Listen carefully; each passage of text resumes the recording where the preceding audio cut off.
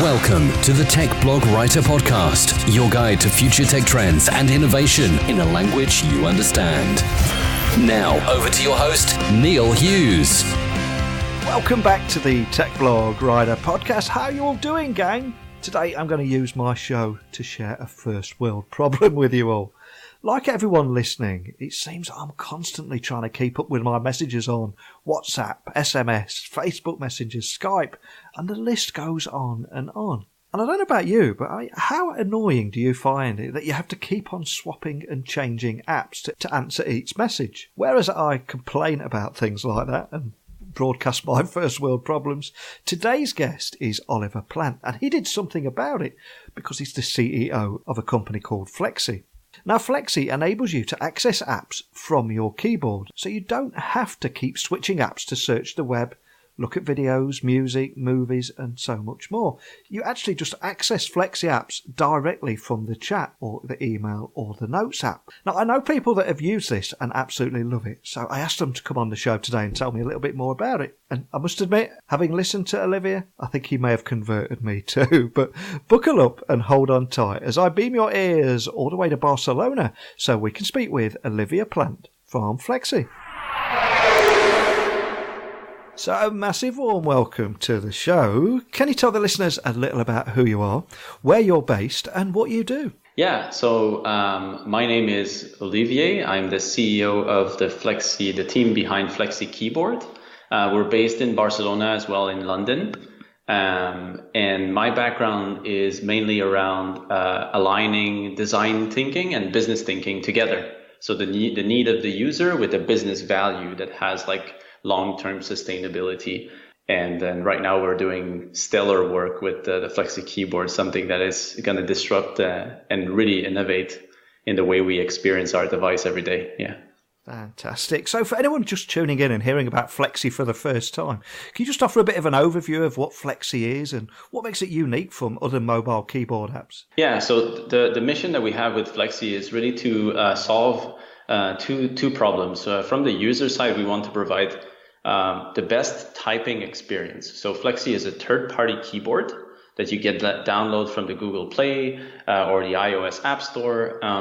And inside Fleksy Keyboard typing experience, we're also providing what we call Fleksy apps. It's kind of a mini apps plugins that you can access from the keyboard itself. So you can avoid switching between apps while you're communicating over WhatsApp or Slack.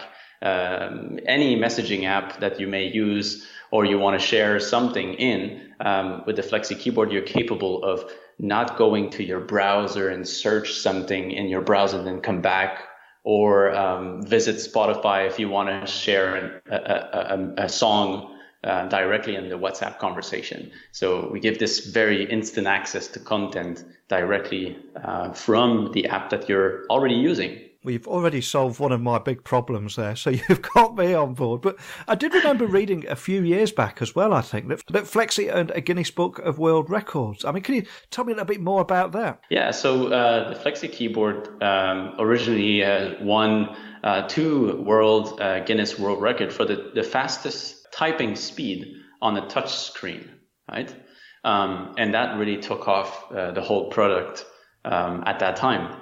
And now we're still innovating in that space. We're looking into becoming the world's first smart keyboard assistant that is able to anticipate your needs, like read your mind as you type, while and then provide you with the right content or service or places nearby that you're looking for while you're chatting. And this is done via a very powerful artificial intelligence that is never reaching the outside world to provide value to the user. And that's unique about what we're doing.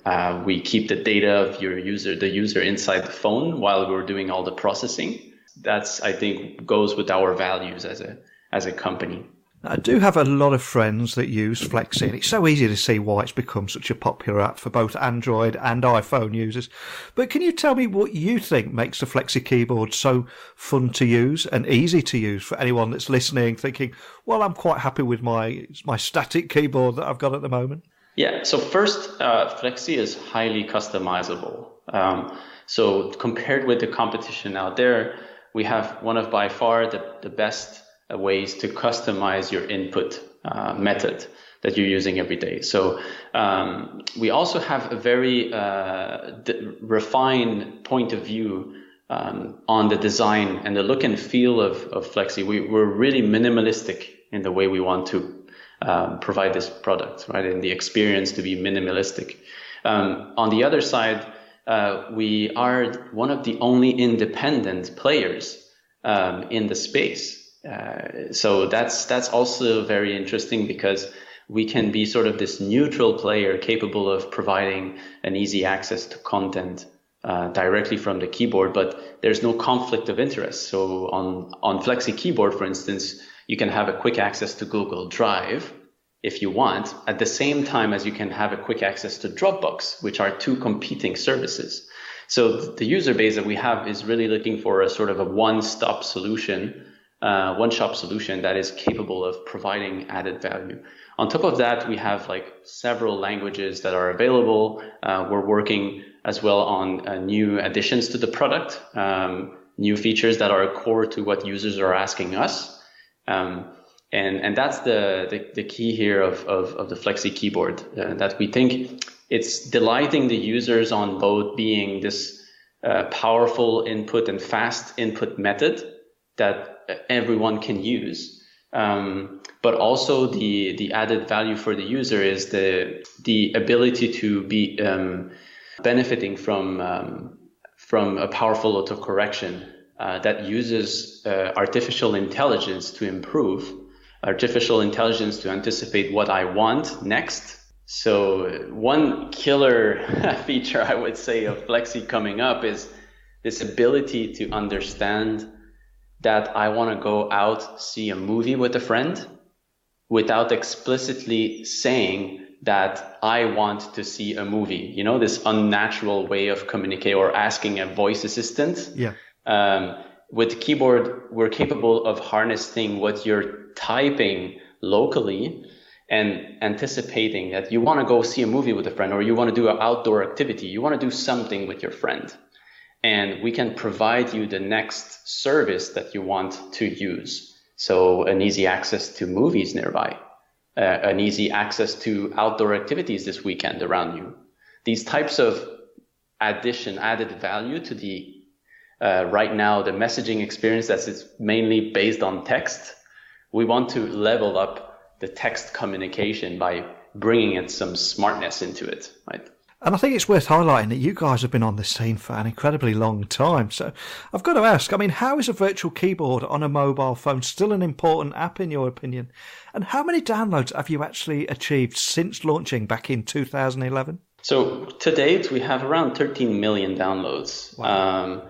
So it's pretty high, and also we're working on with handset manufacturers right now to be preloaded with the Fleksy Keyboard. So if you go buy a phone, Fleksy is already inside the phone, right? We don't need to have someone downloading it from the App Store. Yeah. So Fleksy is one of the most important user interface, because when you think about a keyboard on your smartphone, you really literally use it every single day. So it's a very important piece of the experience of a user. If you want to write quick notes, you're using a keyboard. If you want to chat, you're using a keyboard. If you want to search the web, you're using a keyboard.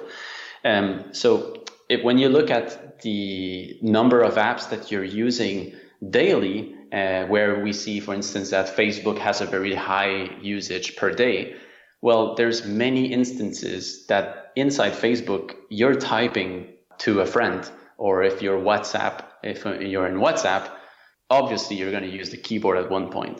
So the keyboard is really always there, and it's one of the most important, I would say, user interface with the OS, the operating system. Can you tell us about how you became the CEO of Fleksy? I mean, did you discover the problem that we've all encountered there of switching between WhatsApp and Facebook? Or did you just know you wanted to do something about it and go and fix it? Or did you just need to scratch an itch and follow your own path? Yeah, so I discovered the need of building a mobile keyboard when I saw myself struggling by switching between apps, right? Yeah. The typical case where you ask me if I'm available next week for a call, I would go in another app and then come back. At that moment, the way, and as a designer by trade, I was trying to say, like, how can I solve that problem in a meaningful way? So there was the obvious path of creating this app that can access calendar, like a competitive, a direct competition to WhatsApp.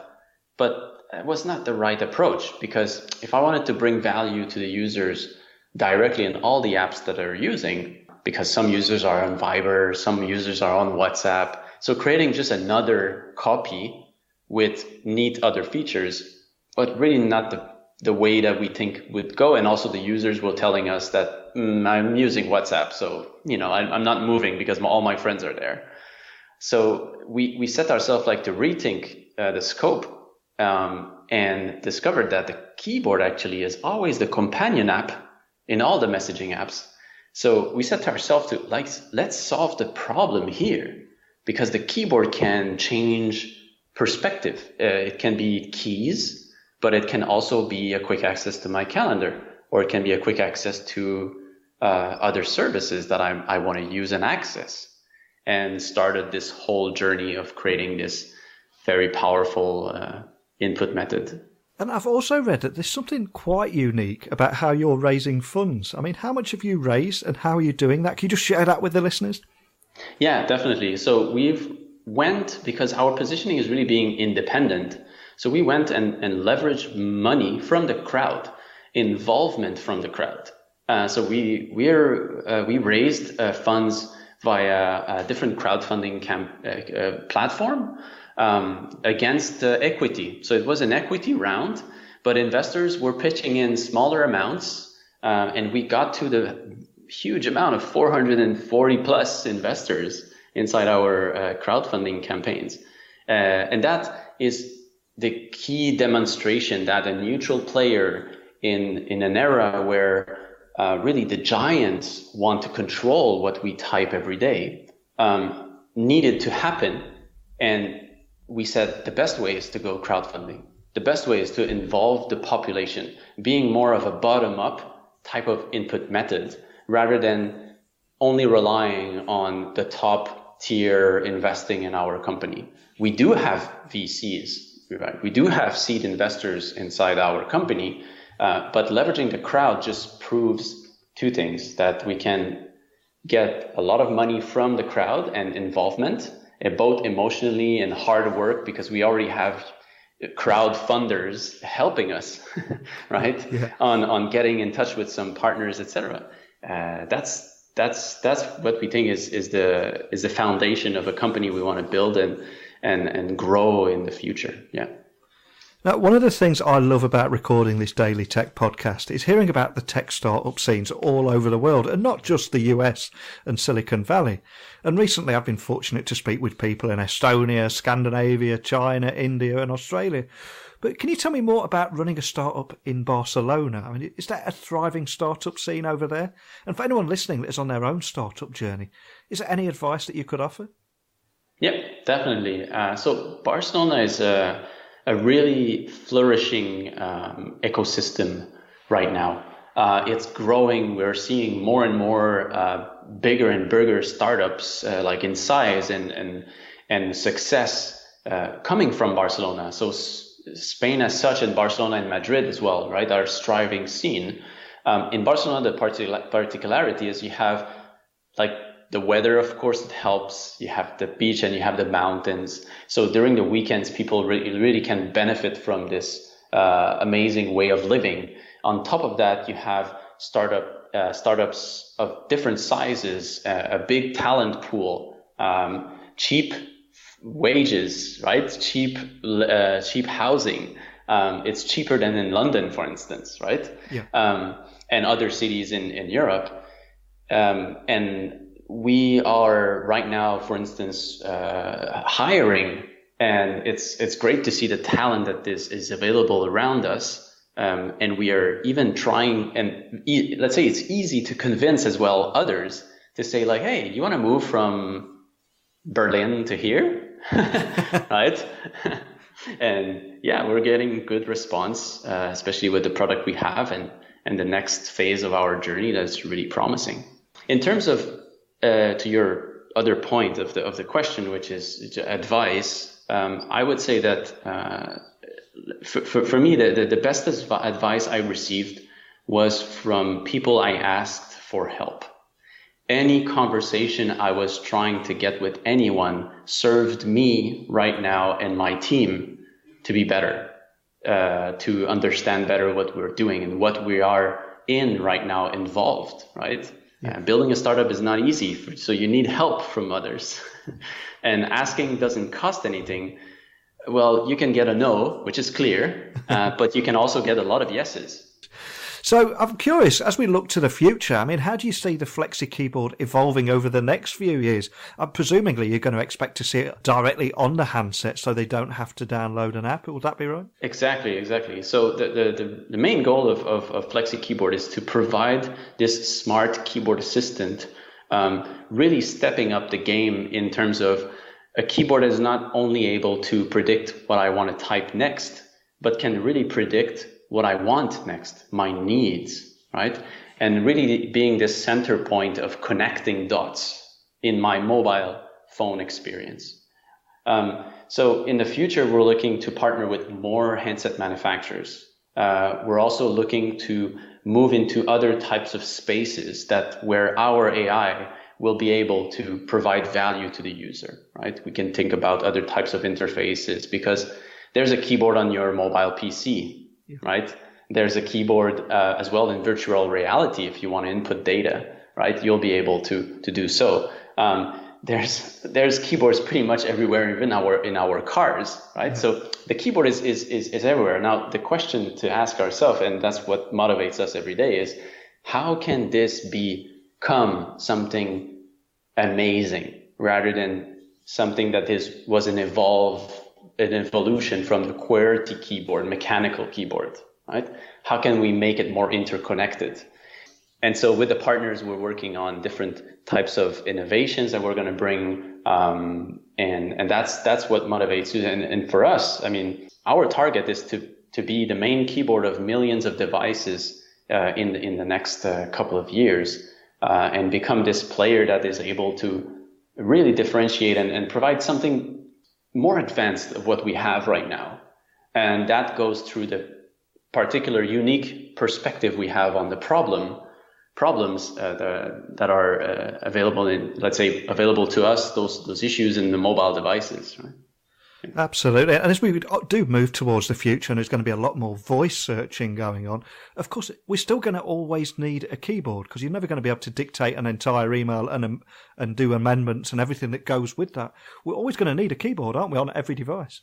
Yeah, the beauty of the keyboard is that it's so convenient. It's directly what I'm typing that needs to be put in the interface or the app that I'm using, right?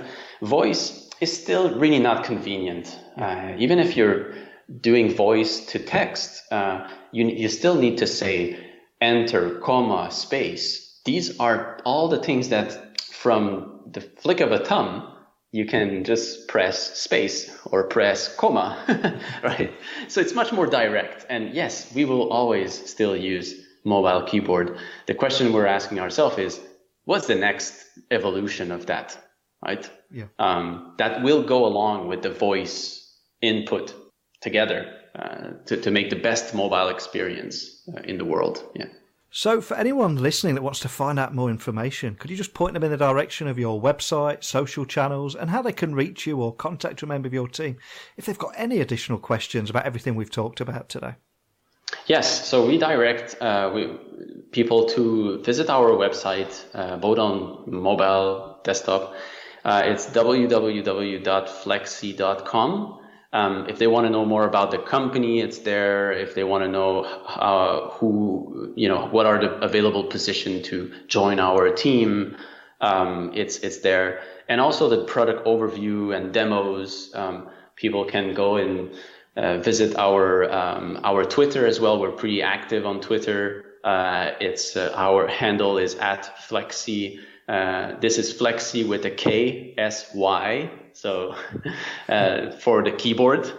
And really looking to have people joining us in our journey all the way to a user using Fleksy and giving us feedback so we can together build the next innovation in the keyboard space. Well, I must admit, I'm one of those people that spends far too much time looking down at my phone, but it's usually because people are trying to get hold of me on WhatsApp, Facebook Messenger, Skype, email, and my calendar. And like you said, a keyboard is the ultimate companion because it's across everything. And I have sat on there with my keyboard and flipping between different apps and trying to continue conversations. And I may complain about that, but what I love about your story is you've come across that pain point and you've done something about it, which I think is a fantastic story. So a big thank you for coming on and sharing the story of Fleksy today. Thank you. Thank you very much for having me. A brave new world where I can access all my apps directly from my keyboard without having to switch. Whether I'm listening to my podcast or answering messages on WhatsApp or Facebook Messenger or just wanting to play a movie. That's got to be a fantastic thing. And being able to access Fleksy apps directly from the chat, email or notes app has certainly left me quite intrigued. But more than anything, it's left me thinking, why did I not think of this? I mean, it's an amazing idea. And I am going to download it and I'll let you know how I get on with it over the next few weeks. But I'm curious, for everyone listening, have you already used the Fleksy app? And do you have any tips for me as a brand new user? Or did you try it and not like it? Whether your opinion's positive or negative, I want to hear it.